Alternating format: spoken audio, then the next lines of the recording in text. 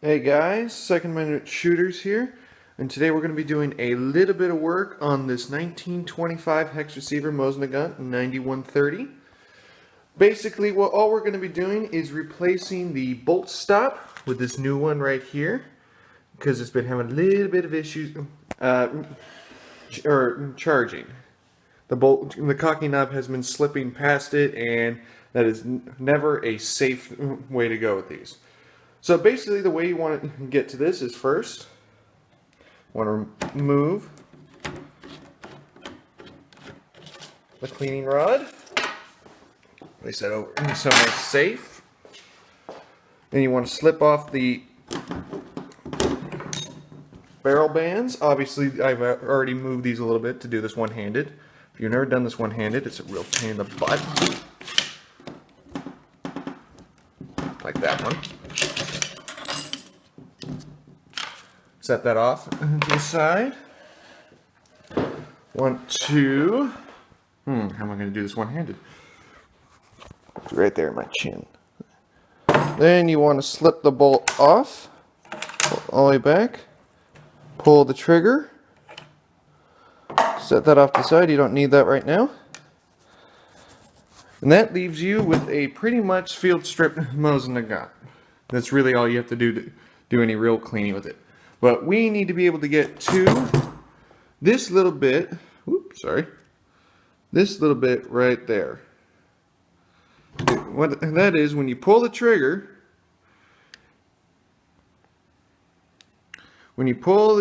it drops, allowing the bolt to and the firing pin to come forward and strike the primer. But right now, the bolt or the cocking knob is slipping right past it, so it's definitely not what we want to be having happen. Wait, you get to that little bit, you have to take the whole rifle out of the stock. So what you take your standard. Where are we? Take your standard flathead screwdriver, and you undo the first screw, which is right here. Rough them from spinning. Don't drop your screwdriver, that doesn't help. In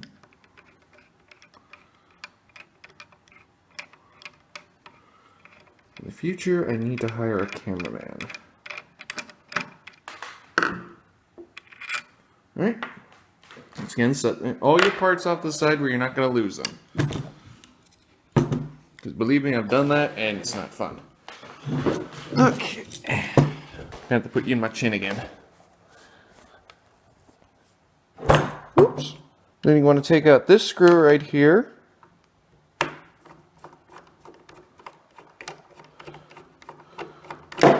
And that'll release the magazine.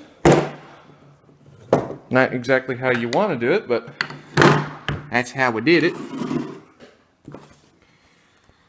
Alright, next order of business is just freeing the rifle itself from the stock. I prefer to do it from the end of the stock here. Just push away from it. And then push the trigger, and it will release one-handed. Alright, so we pretty much have the rifle almost disassembled to the point where we need it. Now we just have to take apart the trigger assembly, which is actually very easy to do. Set the rifle up somewhere so it's not going to fall over. And you take the same flathead screwdriver you used earlier and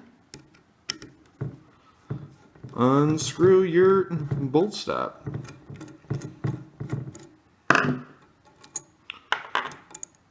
Also, there's a small pin right here in the trigger that holds the trigger there and keeps it from flying out.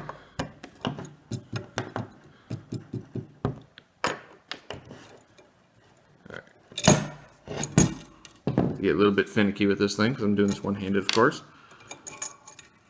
Alright, and there is your trigger assembly disassembled.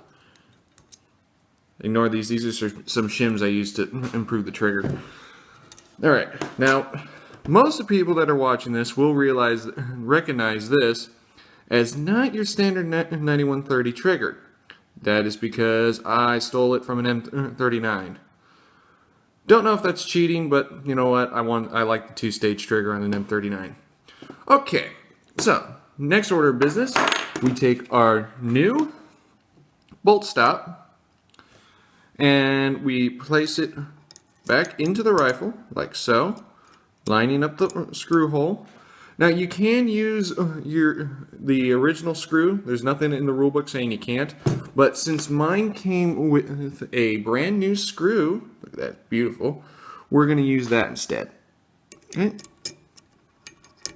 All right, there you are. Now, very important, before you screw in your sear, make sure you get the trigger back in, which I almost screwed up with. So we're going to take that out again. Hold on, chin time. Alright, then you insert it like so. Oh, sorry, I'm upside down. Am I? Wait.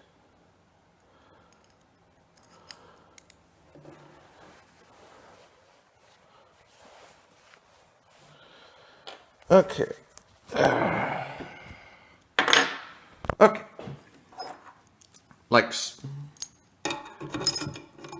Like so.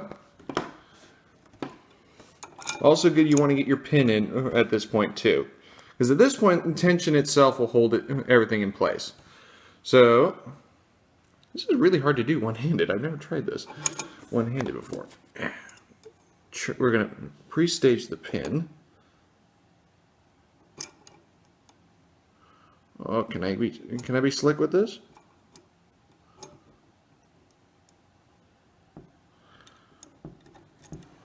Ah, I can. Alright, there's the pin, one-handed. Boom. Alright, then you take your screw, place it over the screw hole.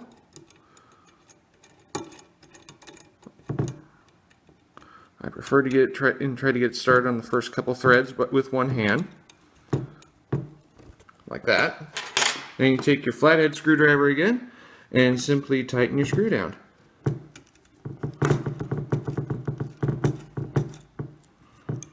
Uh-oh, rifle's going away from me again.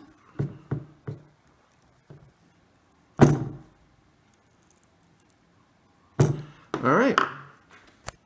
And that's basically it. Now, you don't have to, if you want to test this to make sure that the rifle is working, you don't have to you don't have to put it all the way back into the stock and worry about, oh, if it doesn't work, then I have to take it apart again. No, because basically what we have right here is the rifle. This is everything how the rifle works. It doesn't need to be taken apart, and it doesn't have to be put back in the stock to fire, actually. Well, you need the bolt in it, obviously. So, chin time.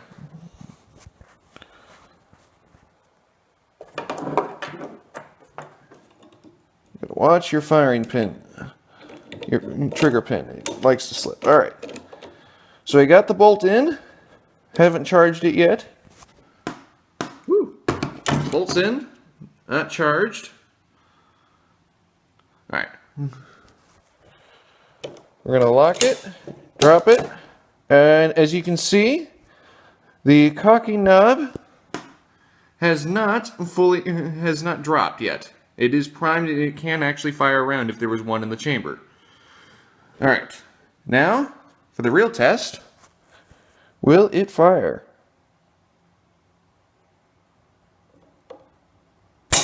Yes, it will.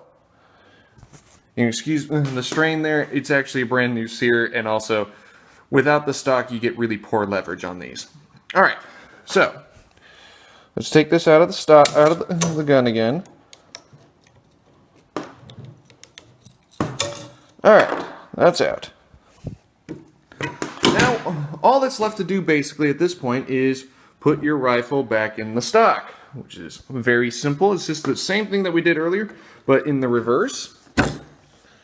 So first we get the barrel and the receiver and everything back into the stock, like so. Very easy. Then we put in our magazine.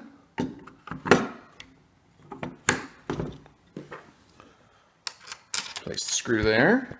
Also, very, very important, the screw that goes into the front of the magazine is much shorter than the screw that goes into the top of the receiver. Very important. See? Magazine, receiver. Don't get those two mixed up. Okay. Set the receiver away. Put the magazine back in. As always, I try to give it a couple turns, make sure it's threading. And we'll just screw these back into place. Bring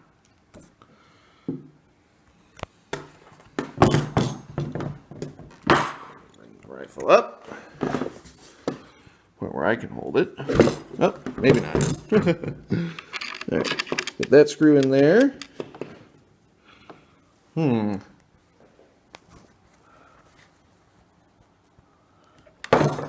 Bet you they never thought about this camera angle before. From the chin.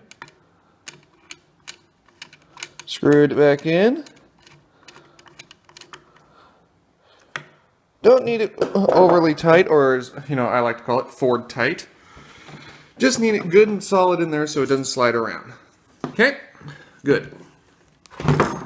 Take your screwdriver away, you shouldn't need it anymore. Then you take your handguard, place it back onto the rifle, and pray you can do this pray that I can do this one-handed. Okay. Large barrel band first, always that one is first. Slide it all the way back and engage it just behind this spring right here. Now if you're doing this on a 91, obviously it's a different game because that's all done with tension, not with a spring. Then you take the small one, excuse the fugly wood right there, I kind of screwed this up. Alright, and drop it right back into place. Final thing to do, and this one's easy, all you do now is put your bolt back into here. Grab it, and drop the trigger. Alright, and that is the replacing your bolt stop on a 9130. Also, you can disassemble that to the rifle to a point where I had it.